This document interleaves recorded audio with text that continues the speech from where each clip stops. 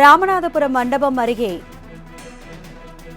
தங்கம் கடத்தப்பட்டது தொடர்பாக 3 பேர் கைது செய்யப்பட்ட விவகாரம் குறித்து தங்கம் தற்போது மீட்கப்பட்டுள்ளது. கடலில் வீசப்பட்ட தங்கத்தை மத்திய வருவாய் புலனாய்வுத் துறையினர் கைப்பற்றியுள்ளதாக தகவல் வெளியாகியுள்ளது.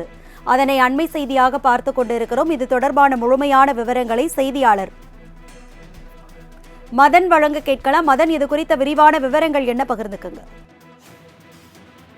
வணக்கம் அரசி. அதாவது மண்டபம் அடுத்த வேதாளை கடற்கரை பகுதிக்கு கடத்தி வரப்பட்ட தங்க கட்டிகள் அடங்கிய பார்சலை மத்திய வருவாய் புலனாய்வுத்துறை அதிகாரிகளை கண்டதும் கடத்தல்காரர்கள் தூக்கி வேதாளை கடற்கரை பகுதியில் போட்டுள்ளனர். இந்நிலையில் நேற்று இருந்து தேடப்பட்டு வந்த அந்த தங்க கட்டிகள் தற்போது மீட்கப்பட்டுள்ளதாக தகவல் வெளியாகியுள்ளது. மேலும் சுமார் அந்த தங்க கட்டிகள் 4 முதல் 5 கிலோ வரை இருக்கலாம் என கூறப்படுகிறது.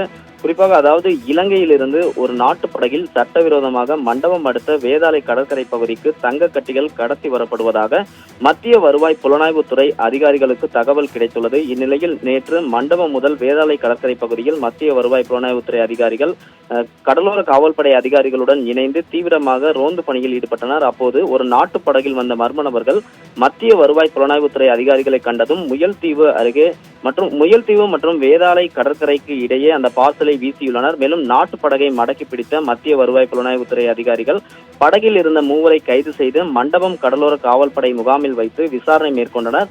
தங்க கட்டிகள் தூக்கி எறியப்பட்ட இடத்தில் தீவிரமாக தேடும் பணியிலும் ஈடுபட்டனர்.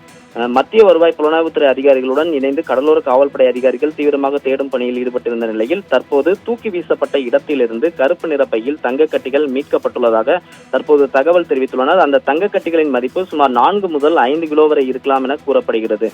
குறிப்பாக பார்த்தால் இலங்கைக்கு ராமேஸ்வரம் மிக அருகாமையில் இருக்கும் காரணமாக அண்மை காலமாக தற்போது கடத்தல் சம்பவங்கள் இங்குள்ள கடற்கரை பகுதியில் அரங்கேறி வருவது குறிப்பிடத்தக்கது. மேலும் பிடிபட்ட 3 கடத்தல்காரர்கள் கட்டிகளை யாரிடம் பெற்று வந்தனர், இதற்கு யார் சம்பந்தப்பட்டுள்ளனர் என்பது குறித்து பல்வேறு கோணங்களில் தற்போது மத்திய வருவாய் புலனாய்வுத்துறை அதிகாரிகள் அவர்களிடம் விசாரணை மேற்கொண்டு வருகின்றனர்.